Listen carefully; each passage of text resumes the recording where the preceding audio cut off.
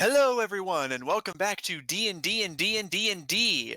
When we last left off, the party managed to escape fear a nice path that separates the cities of Farai and the cities of Lake and Ice. The city of Farai, a city of industry and progress, was just overcast in heavy rains and pollution from the local factories, something that, according to the residents, is not normal. Deciding to backtrack to risk danger in favor of a shortcut, the party encountered a member of the same species as Sanguis, who assailed the party, knocking out Paul in one strike, but the poison in the spider the creature was controlling's fangs, keeping Paul alive as the party escaped. The party exited onto the path where Lake and Ice awaited, only to find themselves shrouded in this pitch black, ashy, smoky smelling fog. And the city, despite being a fairly bustling retirement community, is silent.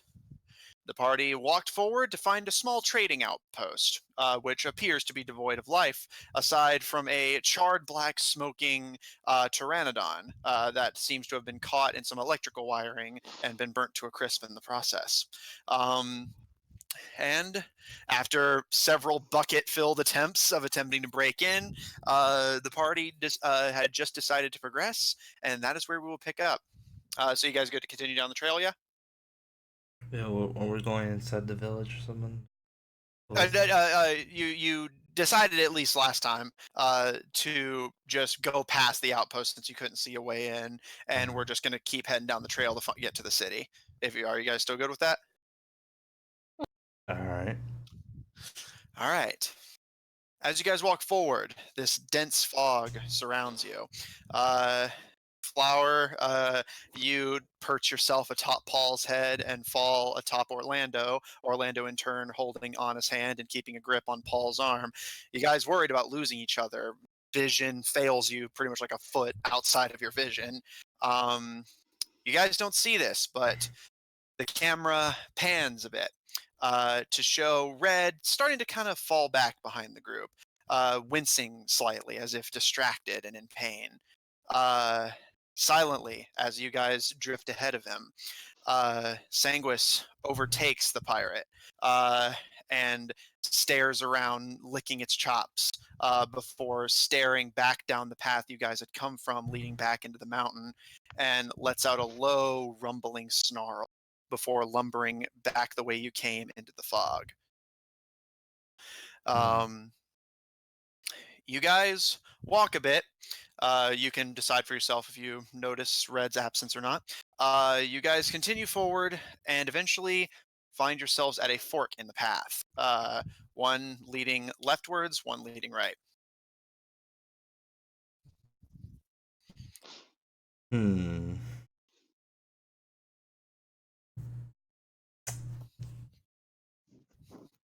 Let's see here. Hmm. Can we see how far can we see down the path? Make a perception check, but in this fog, it's going to be hard to see much of anything. All right. Like I said, vision pretty much cuts off like a foot ahead of you, which is why most of you are just staying in physical contact to not lose each other. Oh, also, while you guys are, those of you who want to make rolls or rolling, just as a quick heads up, my internet is better now, but it can sometimes, similar to yours, Austin, can just kind of cut out on me for a little while. So if I abruptly vanish, that's why. You guys can wait for me for a bit, or just kind of call it there. You know, I'll leave that up to your judgment. Just wanted to warn you in advance. 21. All right. Flower and Fall, do you want to do anything, or are you just gonna wait for Paul? I'll just wait for Paul. Okay, Paul, you as sort of the leader at this point, step forward, and you can't see going left or right, but you listen. There's silence, but to the left, you can hear some distant talking, very, very muffled, small conversation, as if those speaking don't want to be overheard. You can't overhear the specifics; they sound like they're kind of far away, but just in the silence around you, you can hear it, like hear some definite sounds of voices. And to your right, you hear the kind of and the kind of of a cart being dragged by a beast of burden that seems to be getting closer. Well, I guess I relayed all these informations to my crew. Be like, well, it does seem like someone traveling coming towards us towards the right, while on the left there seems to be muttering like a private conversation.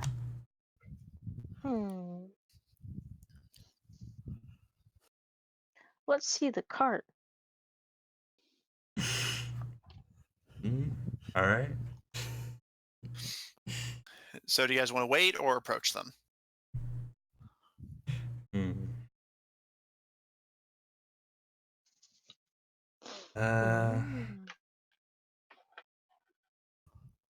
Question is, will they see us before they hit us? They don't sound like they're going particularly Yeah. fast. What do you made it sound? Yeah, it didn't sound too fast, but it was like, I don't want to wait. Let's go. I'm too impatient. Paul, you good? I guess, yeah, I'll follow. All right, Flower, you kind of like flutter up and then just kind of start dragging Paul by the hair to follow along. Again, in this dense fog, you Go really all don't. Ratatouille on his Yeah, heel. yeah, you Jaeger pilot, the butler. Again, you really don't want to risk losing physical contact with each other in this fog. And eventually, you do hear the sound of hoofbeats as well, Flower and Fall.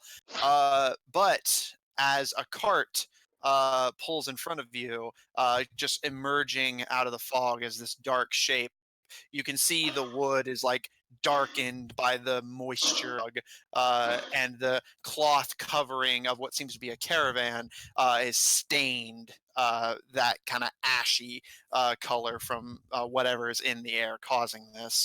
You don't see any animal pulling it, just the cart itself, but you hear a kind of some kind of animal right next to you, and Orlando and Anna both kind of like jump back, startled. And at the head of the cart, you see two figures. The one on the left is head to toe decked out in a plague doctor's uniform.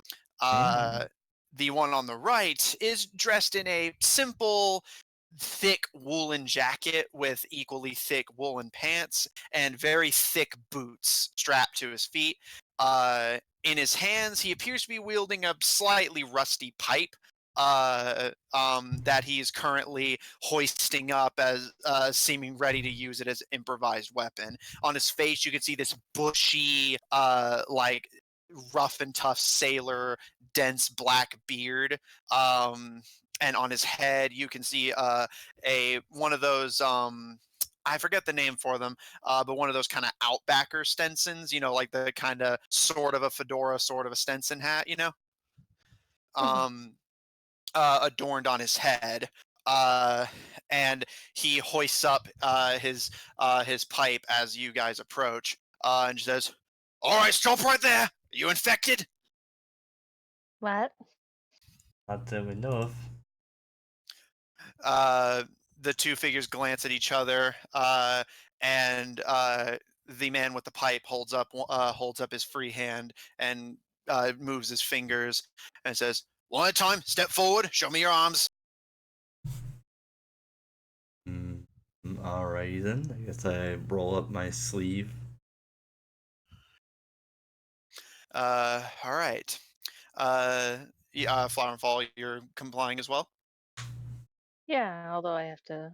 Well, Flower has to take off her gauntlets for this. Yeah, it only takes you like about a minute or so to remove enough on your sleeves. So one at a time, as requested, you guys step forward, pull back your sleeves, and eventually, once you've shown whatever amount of bear skin satisfies the man, he eventually slowly sits back down, and he doesn't take his eyes off of you, but he seems more or less satisfied for now. Eventually, the man in the plague doctor uniform hops down, and you can see strapped to his back is a fairly imposing looking spear. And as he steps forward, he holds out a hand to you, Paul, and says, "Apologies. You can't be too careful these days. Name's Charles Muskowitz. My compatriot is Solomon." Mm, I guess I get he held out his hand, right? Yeah. Well, I guess I grab his hand, give him a little shake, and it it seems like you had your reasons, but my name is Paul, and the two fairies over here are Flower and Fall, and we seem to have lost one of our members, but he's probably doing okay. Uh, you hear Solomon kind of click his tongue and says, "How long ago did you lose him?" Hmm, it's hard to say. Like 10 minutes ago. I, He's probably dead. But Charles kind of turns back on, just like, "Would it kill you to show a little bit of optimism? I'm sure he's all right. If he's geared out like the rest of you fellas, I'm sure he'll be just fine." He'll be fine. Orlando nods and says, "If even half of the stories he told are true, then yeah, I'm sure he can take care of himself. Besides, he doesn't seem like the kind of guy who wouldn't be found if he wanted to be found." Charles nods and says, "That's about the best we can hope for these days." He kind of looks you guys over and says, "I haven't seen you guys around in these parts before. You new here?" Yeah. yeah, we're we're we're we're on a mission right now. Mission. Yeah, Hopefully something to fix this godforsaken weather. Yeah. possibly. Uh, then you fellas might be exactly what we've been looking for. Need a ride? It'd be nice. Yeah. Orlando and Anna both nod, and he nods and gestures to the caravan and says, "All right, hop in. This ought to keep you safe from the infected until we get back to the city."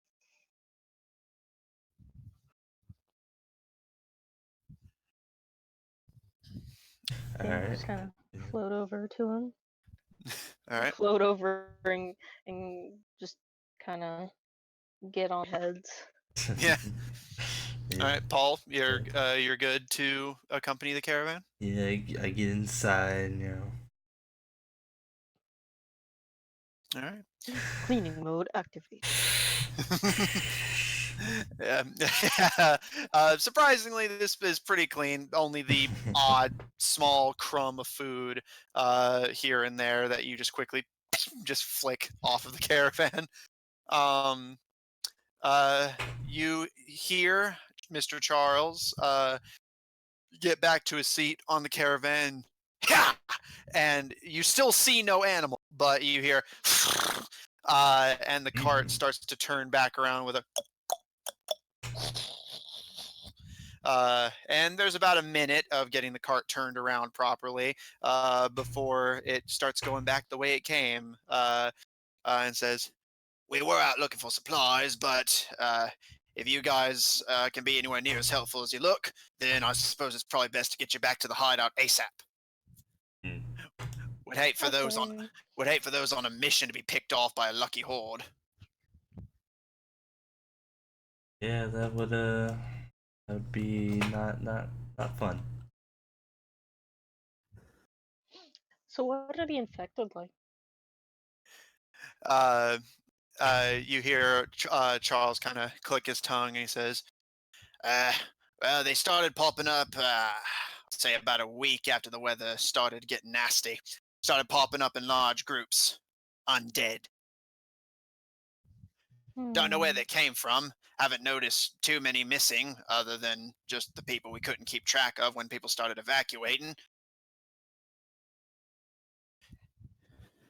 They mostly are content to wander the forests, although we try to stay out of the deeper parts of the city.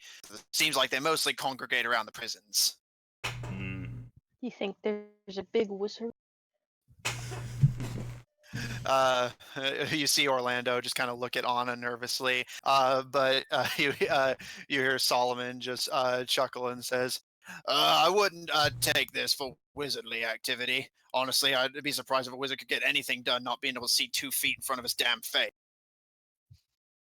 Nah, once you guys get into the city, you'll see why we're pretty confident this is well, as naturally occurring of an infection as something like this gets." Hmm. Well, lead the way.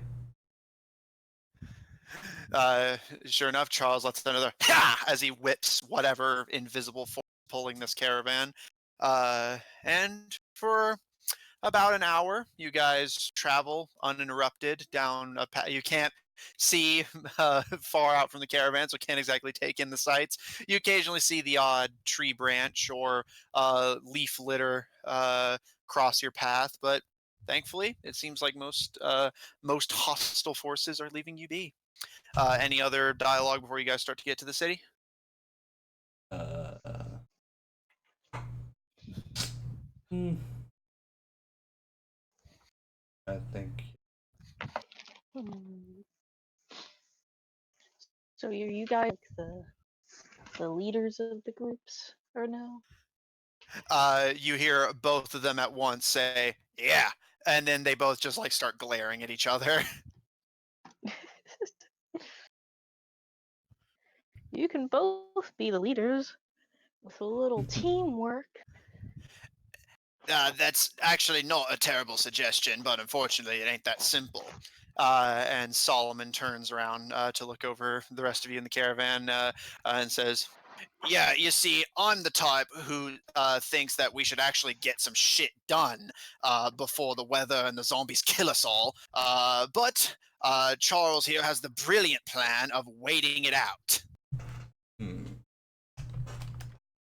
But Charles just shakes his head and gives another silent crack to the reins piloting the caravan. And says, "You know damn well that the survivors wouldn't last a minute if we tried to take the prison."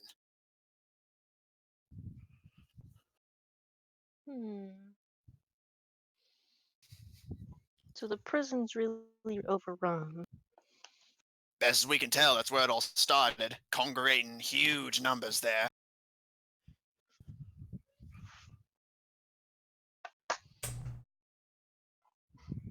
Uh, I I was like, should we stick our nose in it? But we have a mission.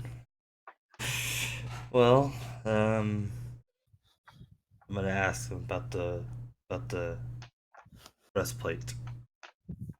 Okay, go for it. Um, so y'all happen to know about the the breastplate that happens to be here or I don't know somewhere nearby or wherever? Solomon just kind of shakes his head, but Charles nods and says, "Aye, the Serpent's Pyramid ain't actually that far from here. Just up the trail about westward. Unfortunately, the train station isn't getting enough power to get you fellas up there, so you might have to take the long way up north if you're intending to get there." Hmm.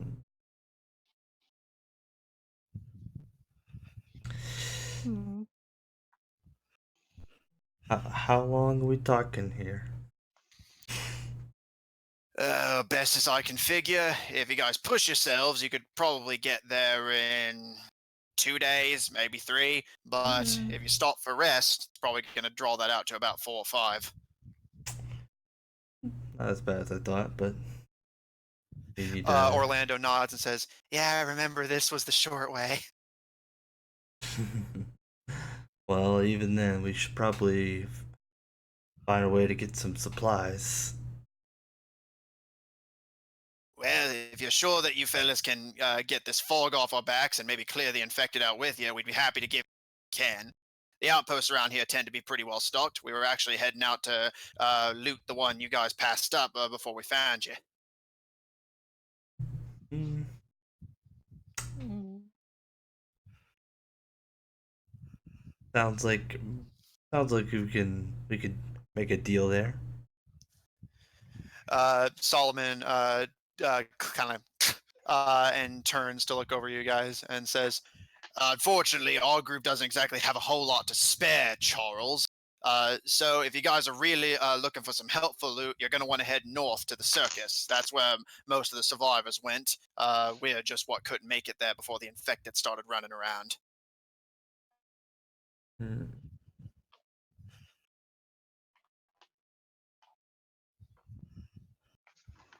Okay. Hmm. yeah, it's like Maybe we should head there first. yeah. I mean, it sounds like that'd be a wise choice. Heading to the circus. Yes. Yeah, that's what I assumed. Yeah, I just wanted to clarify before I started on dialogue. Uh, Charles kind of shakes his head, says, well, if you insist, then at least stop by the safe house and pick up whatever we can spare. I'd hate to send you guys out there without as much help as I could provide. Mm,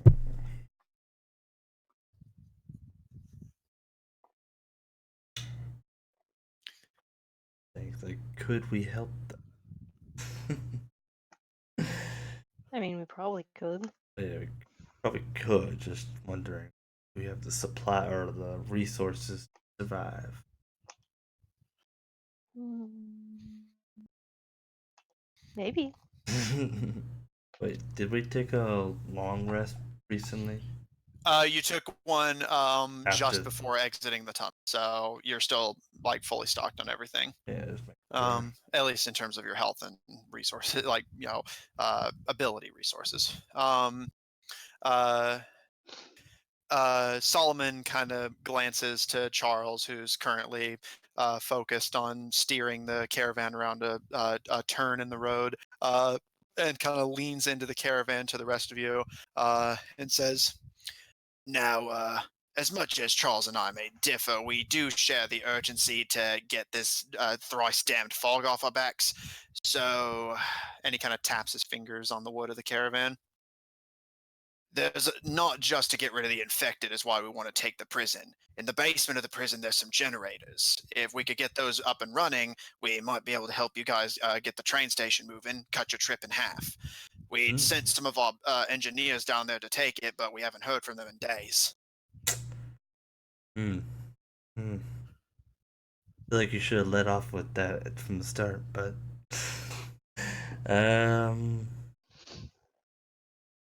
I'd be like, well, that does seem like a win-win situation if we can bring up the power. Um, Charles kind of mumbles to himself before eventually saying, well, let's at least give you guys an overview of the situation before we start making plans. Contrary to how my comrade makes it sound, it's not exactly easy to charge through a horde of the undead and take their biggest quarantine zone. And he gives the reins another crack to speed you guys' trip up along a little bit. Anything else, real quick, before scene setting stuff? So is your horse invisible? No, I was wondering that too. um, Charles turns around, and you can't see it through his mask, but you kind of get the impression that he's kind of smiling a bit for the first time since you've seen him, and says, "This, my friends, is a Tyrandris. It's important." And Orlando kind of steps up a little bit in the back of the caravan to try and get a better look at the unseeable creature, twice over unseeable given the fog, and says, I've never seen one in person before. And Anna just kind of puts a hand to her mouth and says, technically, you still haven't.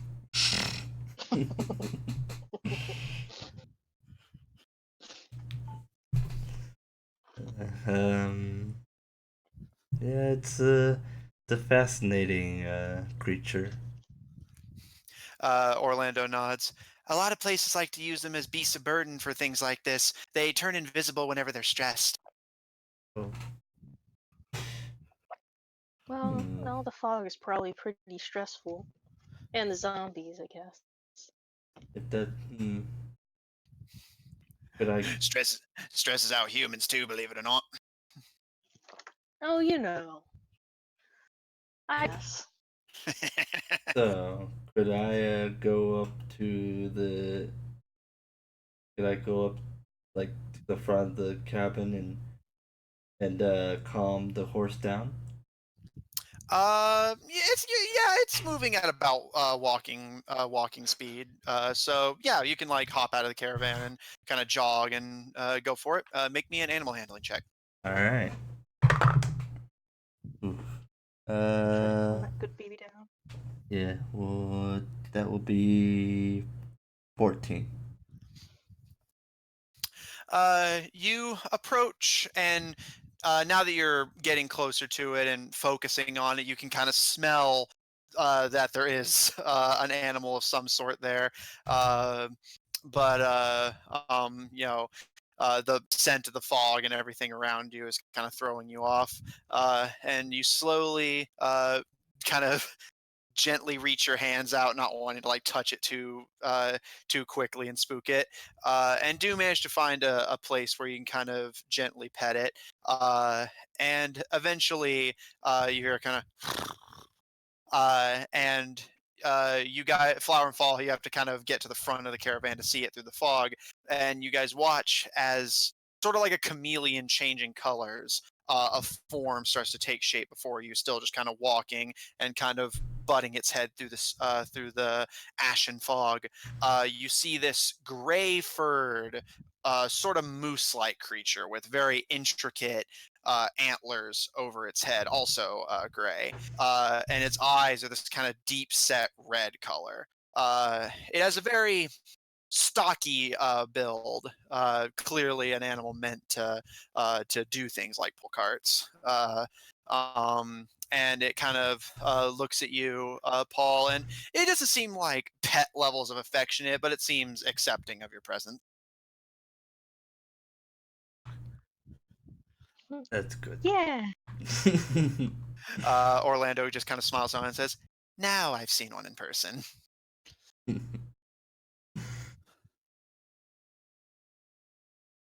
Hmm. All right. How long toward to the fortress? Was that in character?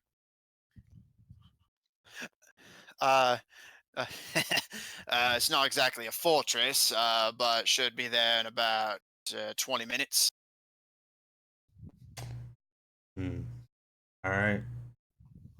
I get 20 minutes. I'll walk with the horse the 20 minutes. Okay.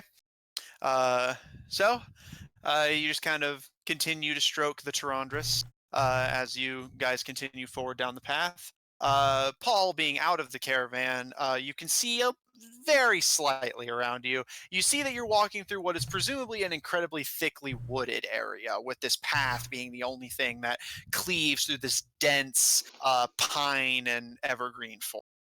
Um, uh, and eventually you come to another crossroads, and Charles kind of gives a flick of the reins to indicate that you're going left. I'm presuming you follow. Yeah. As you do, all of you, no perception checks needed. Immediate Paul at the lead, notice it. You notice it first. You kind of immediately wrinkle your nose slightly, and Flower and Fall, you get hit with it not too long after. This horrible, disgusting, sickly, like garbage bin in a hospital.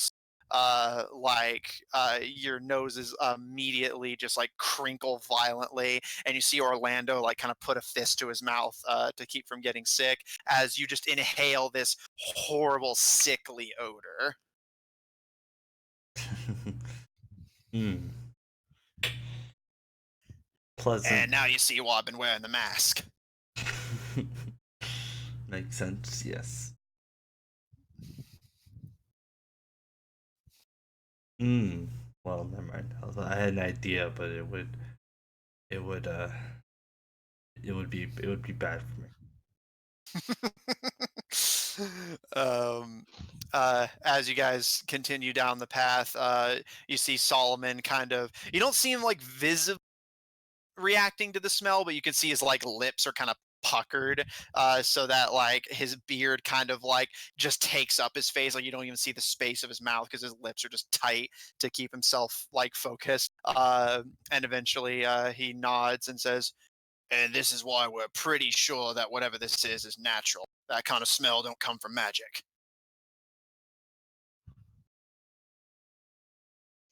Gross.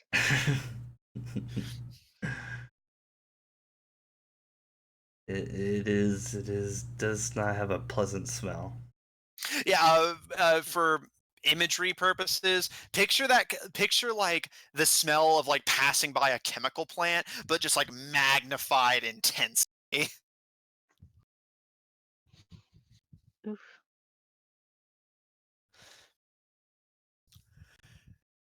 If you guys don't have anything else, you guys continue down the path, and eventually uh, I don't want to say monotony because you haven't even really seen much of it through the fog, but the woodland area starts to clear, and you start to see houses and shops and buildings breaking up the woodlands.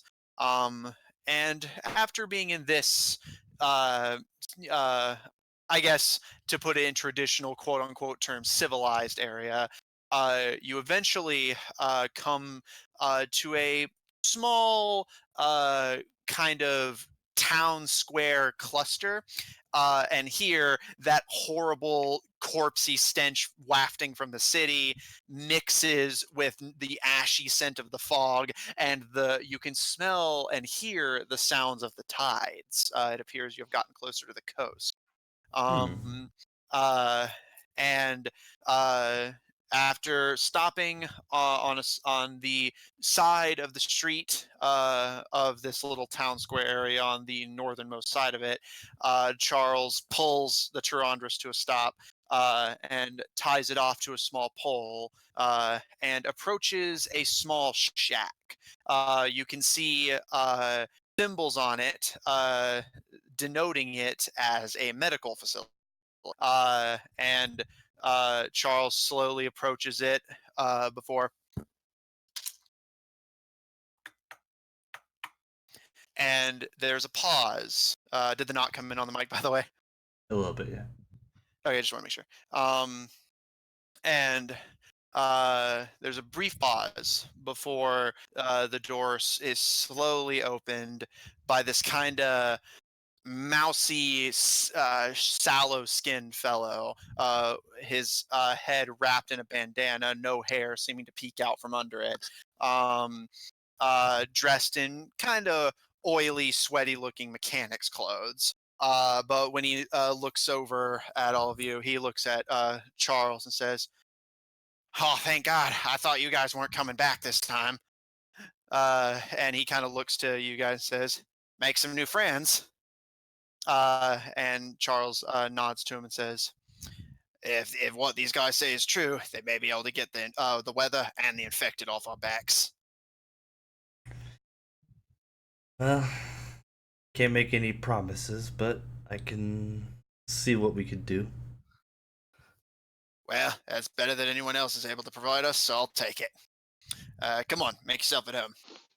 And he guides you guys in. You find yourself in a small doctor's office. Uh, Looking around, you can immediately see what Solomon was talking about with potential resource issues. In total, occupying the waiting room and the office behind the counter and the hallway leading into the deeper parts of the facility where actual medical treatments for happen. Just doing a quick head count, the fog obviously not penetrating through here. The lights are still on, but you do not notice too much else going on. It seems like they're operating on very limited power. Through the low light that the lamps are providing, you can see that there's about 40 people here. Uh, um, uh, and They seem all right, but spirits seem to be low, and you don't exactly Hmm. notice piles of rations and water anywhere. Hmm. All right. So, hmm. I think like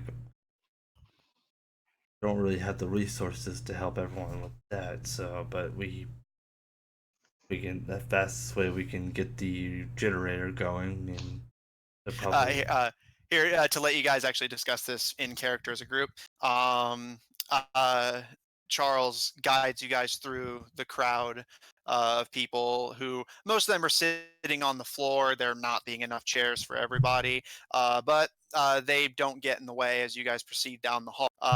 And he leads you guys deep down a hall.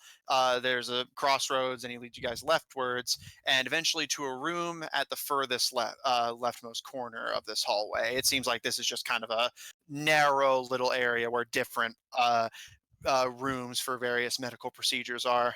And he leads you guys into the leftmost one on the furthest left of the building.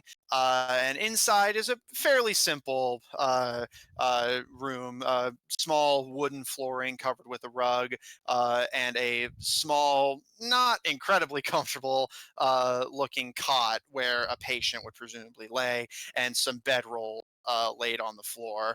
For a fairly tiny room, only like 15 by 15, it looks like this has been kind of uh, uh, ricocheted to fit like 3 or 4 people to sleep. And as you guys walk in, Charles leans against the door frame and says, "It ain't much, but it's the closest to home we got right now. If there's anything I can help you guys with, you say the word. I'm not going anywhere for a while. Uh, you need my help with anything, or are you guys just gonna plan things out from here?" uh I think we need to try to see about making a strategy for just all of it. All right, you need me or anyone else for that, or is this adventure business? Well, I mean, you need to tend to whatever you need. If we need your help, we can try to call on to you if we need you. All right, I'll just be in just the next room. Got to make sure everybody splits their rations fairly and all. Yeah. And with that, he exits the room. Solomon just kind of parting into the crowd. You notice him throwing a few glances at you as you guys proceeded down the hall earlier, leaving you guys alone in this frankly depressing little hospital room Yeah. with Orlando and Anna. Yeah, You guys depressing. sit on the who wants to occupy the cot just for setting the scene? I'll stay standing. Flower and fall. Yeah, no, they're not gonna take up the whole cot anyways. Fair enough. So uh, Anna and Orlando just kind of have a silent, like, like kind of quietly pointing at each other into the cot, just like, no, you, no, you. Before finally Orlando just kind of gently shoves Anna towards the cot, and she just kind of pouts and sits on it. And Orlando sits cross-legged on the floor in front of it, and looks up to you guys as the simple wooden door to this little room closes, and says, "So, what do we do now?" Hmm. Well, I We mean, have to plan our attack. we decide what we do next. Like, do we just we could easily just go off and find the best plate now, or we can take this time to help these people and even possibly cut our trip in what he said in half. Uh, Orlando nods and says, "Yeah, the train is usually how people get up to the top of the mountain whenever there's not a booby-trapped treasure-guarding pyramid in the way. It definitely would speed things along if it doesn't take too long to get it running." Hmm. But yeah, the main problem we have to face is the so-called infected.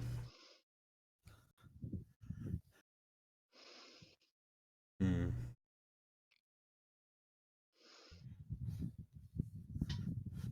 What are y'all's thoughts about it? Hmm.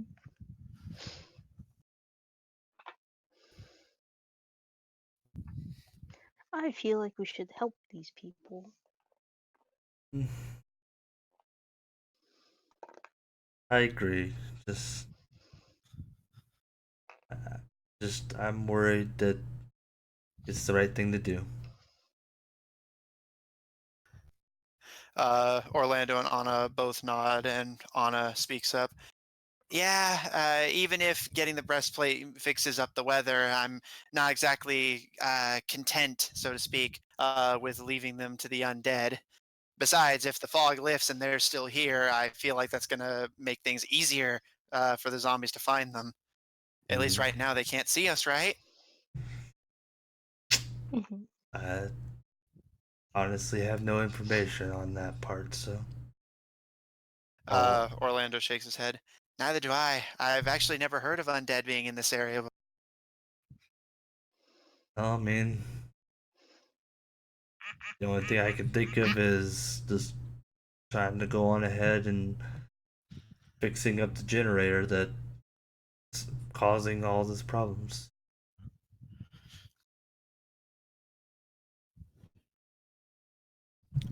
Orlando and Anna kind of consider to themselves before nodding and says, "That makes sense, I suppose. It's probably going to be dangerous, but we'll do what we can to help you if that's what we're going to be doing."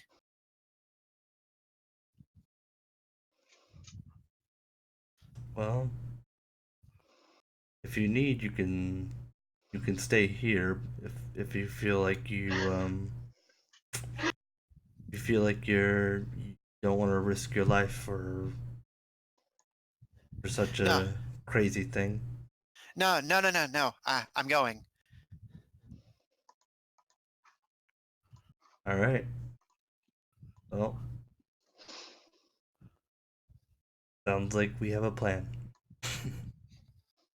Let's do All right. You guys going to head out then? Yep, sounds like it. All right. So do you guys want to approach anybody, or are you just going to kind of head out and silently go about your business? I guess we should inform inform the guys what we're up to. Okay.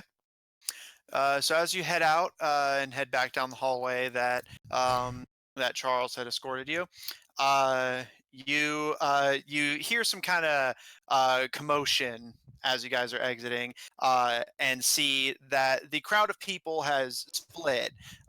Most of them sitting on the rightmost side, and a small, about a fourth of them, sitting on the left. And in the middle of this very unbalanced crowd, you can see Charles and Solomon just arguing with each other really full force and loudly.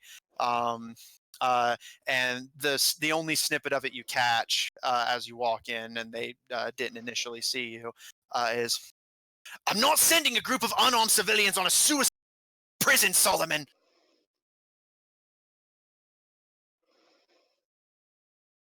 Well, Uh, and they both look at you, and Solomon breaks out into a very kind of unsettlingly aggressive smile and says, "Well, we won't all be unarmed, will we?" uh, yeah, but honestly, if your men need to stay back, then I don't know how tough this will be, but we can definitely try. Solomon crosses his arms and nods at Charles and says, "You see, they know what they're talking about. They're doing something about the situation, Charles." And Charles shakes his head and says, "We can't all be slinging spells and swinging swords. Uh, I need to keep the people safe. That's my priority, Solomon." I think that's a good thing.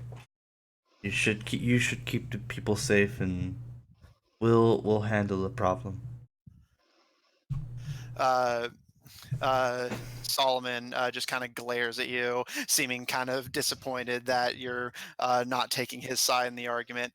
Before he sighs and clicks his tongue and gives a twitch of the head, and you see the people on his side of the room start to gather their things and stand up, and says, "Fine. If none of you are willing to make something actually happen, then we're going."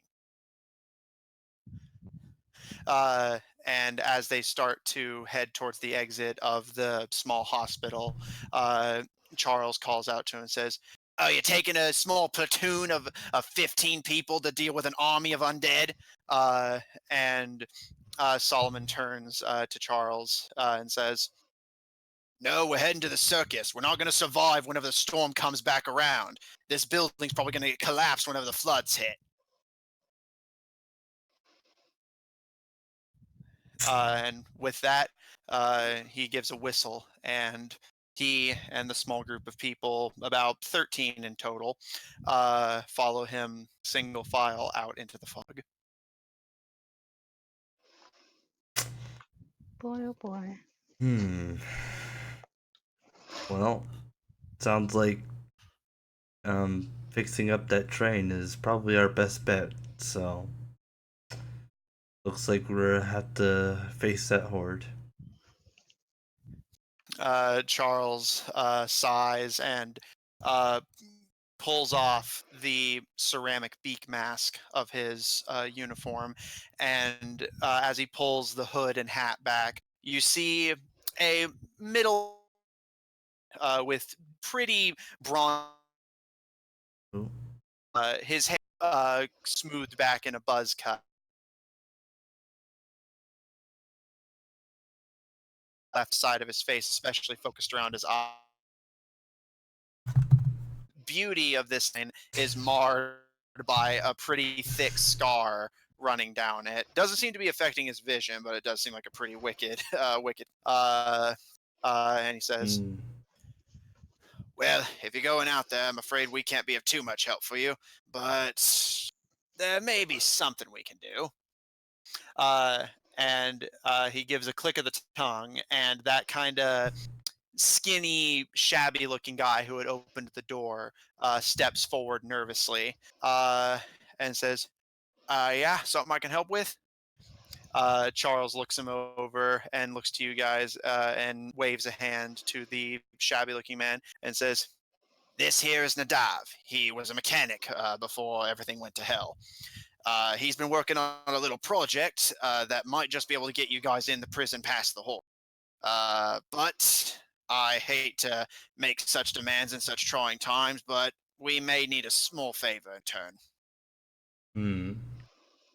What kind of small favor? The man steps forward and pulls the bandana off his head, and you can see now that he is, in fact, bald. Although he makes up for it with a pretty impressive beard, and says, "It's my daughter. She was at the circus whenever everything happened. I know she made it there okay. We managed to get messengers through about the first week before all the undead start showing up. I just need you to make sure she's okay."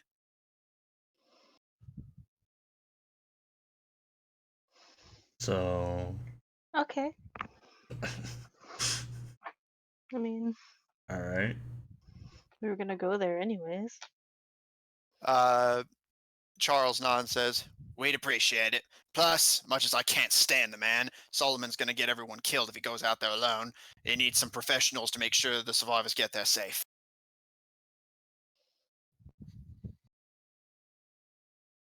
Hmm. Hmm. Where are we heading now? Or what's the plan that we're heading to? To the Uh, circus. Charles steps forward and holds a hand out, says, "May I see the map, please?" And Orlando just kind of, and kind of nervously hands it to him.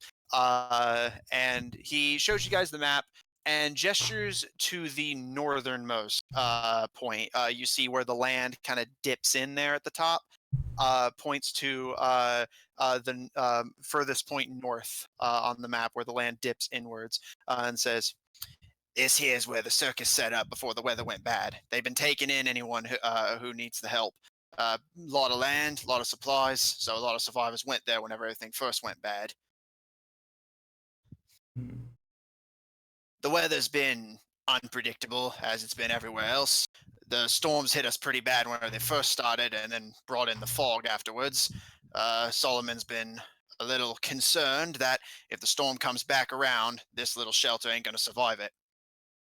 Mm, well, it has gotten pretty bad out there. You see Charles kind of bites his lip and says, I, I don't want to try and make a trip that far and that dangerous with a bunch of civilians behind me. It's my fault if something happens to any of them. I've been trying to wait for one of these places to open up, but the infected just keep getting more numerous and more dangerous.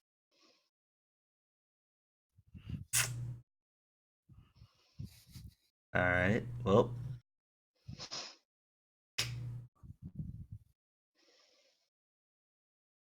so we just need to head north. He nods. Aye. Make sure Solomon and his crew get there safely. If you find anywhere that would be acceptable shelter that's close by, then report it back to us if you can. But if not, then by God, you better get that breastplate before the storm comes back around.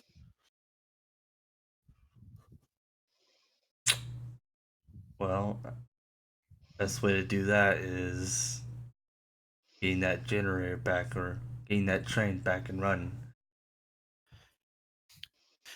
He nods. Well, Solomon was telling the truth on that. Generators in the basement of the prison. We sent our engineers there to try and get them working, and haven't heard back in a few days. Hmm.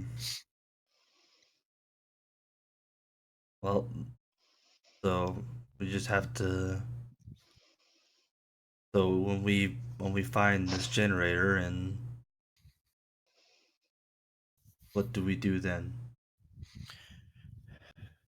Uh, he uh, he kind of scratches a small, underdeveloped. Seems like he keeps himself in pretty good hygiene.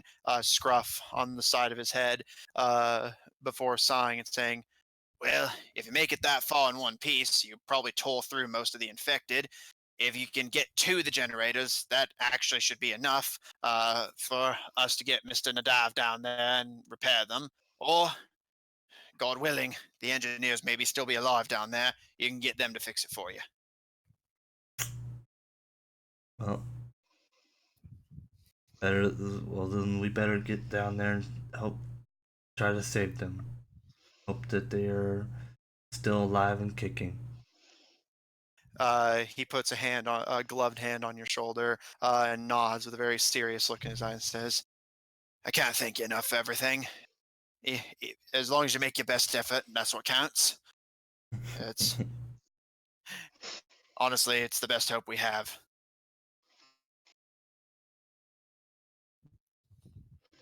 I guess I put my hand on his shoulder and be like, "We'll do everything we can."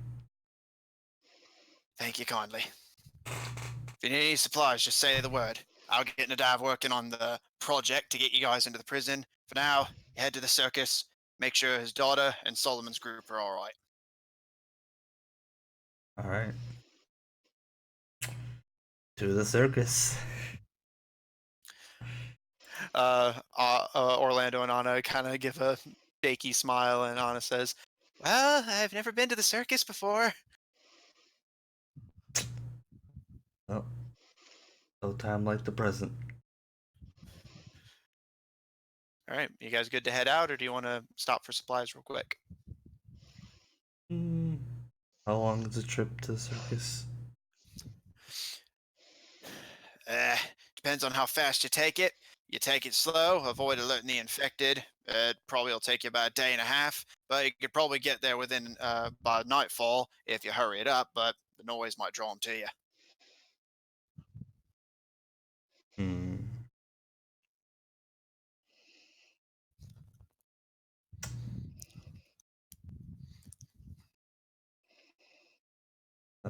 want to take their their very low supplies.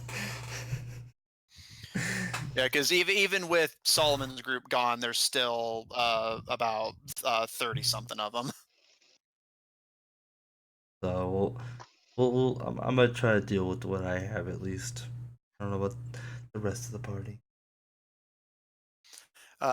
Orlando kind of adjusts his previously overloaded, but thanks to Flower and Fall, a little more manageable backpack, and smiles and says, "I've got about everything I should need. We should probably take it slow."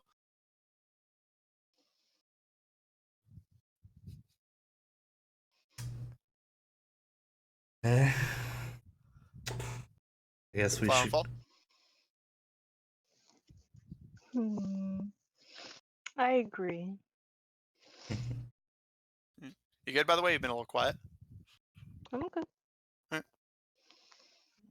So, you guys good to head out then with your current supplies? Yep. Get going. All right. You guys venture after a small delay to get your bearings and supplies together. Head out into the fog, following what you can best assume is the trail that Solomon and his small group of defectors seem to have traveled down. The city is still silent around you. The smell of death and sickness in the air, the smell of the sea, and the smell of the ash of the fog, all mixing together into this unpleasant, very mixed emotions concoction of stench as you travel into the ashy, pitch black fog. And that is where we are going to end tonight's session. Uh, so, you guys are traveling to what was previously mentioned as the Feast of Your Eyes Circus, where the largest bulk of the survivors of Lake Onice, who seems to have fallen to a zombie infestation, have traveled. The weather caused by the wind breastplate seems to be cycling through different unpredictable patterns. A storm has previously hit the city before you guys got here and made things pretty bad. And Solomon and Charles were divided over what to do about the situation. Solomon more intent on taking the fight to the infected and reclaiming the more populated areas for a more secure shelter, whereas Charles was more content to wait out the situation and hope that a better opportunity presented itself without hurting the many unfortunate survivors under his charge. Solomon has left for the circus, with you guys not far behind, where Nadav, the little survivor group's mechanic, has promised that in exchange for at least information regarding the state of his daughter, he will happily provide you guys with a little special something that can get you guys into the prison in one piece without worrying about the horde.